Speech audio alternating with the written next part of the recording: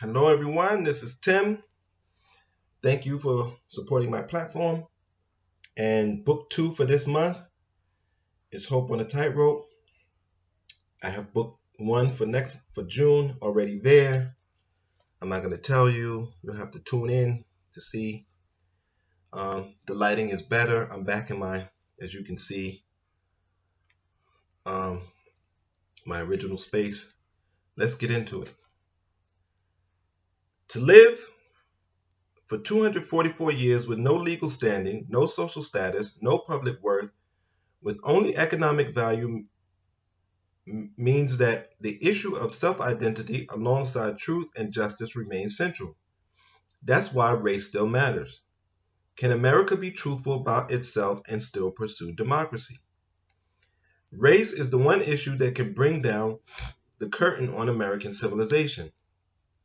It has the power to generate levels of polarization that will make it difficult for us to communicate with one another honestly. It can generate levels of conflict that result in unprecedented chaos and disorder. It is our rawest nerve, most explosive issue, and most difficult dilemma. Immigrants who came to the United States didn't realize they were white until they got here. They had to be taught that they were white. An Irish peasant fleeing from British imperial abuse in Ireland during the potato famine in the 1840s arrives in the States. You ask him or her what they are. They say, I am Irish. No, you're white. What do you mean I'm white? Then they gesture toward a black man. Oh, I see your point. This is a strange land. It's easy to think that somehow, because there's been relative progress for a significant number of black people, that there has been some kind of fundamental transformation. Therefore, we lose sight of the degree to which the history of New World Africans in this hemisphere for 400 years still affects us all.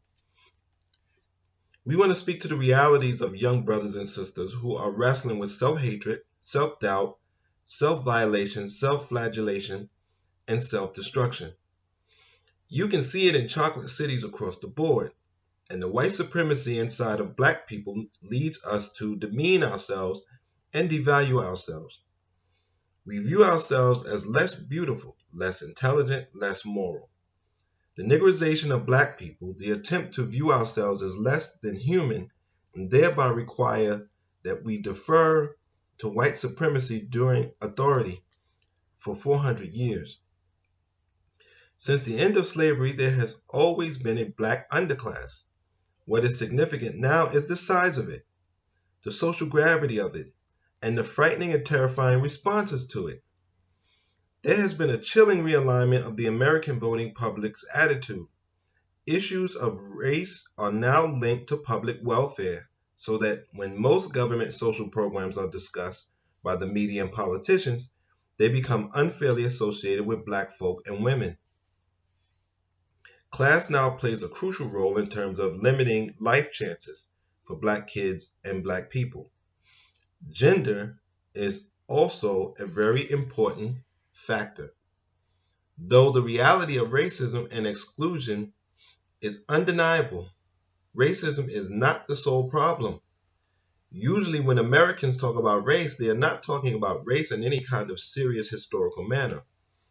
Race is one very crucial and undeniable variable in American society, but it is inseparable from economic class and gender.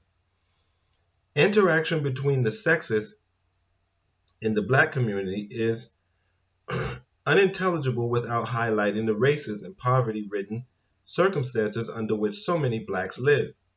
Machismo is itself a bid for power by relatively powerless and degraded black men. Remember too that white perception here is principally informed by interracial relations between black men and white women, relations in which black machismo is particularly pronounced. There is an expectation among large numbers of white folk that black men be macho, and black men then tend to fulfill that expectation. Those who do not are perceived as abnormal. A crucial part of this phenomenon is the question of sexual prowess. If you're not a gash man, your whole identity as a black male becomes highly problematic.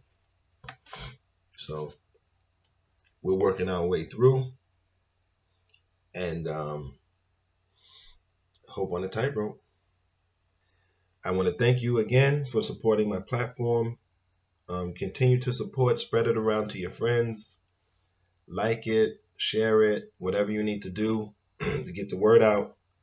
And I want to say until next time, take care of your mind, take care of your body, and be safe.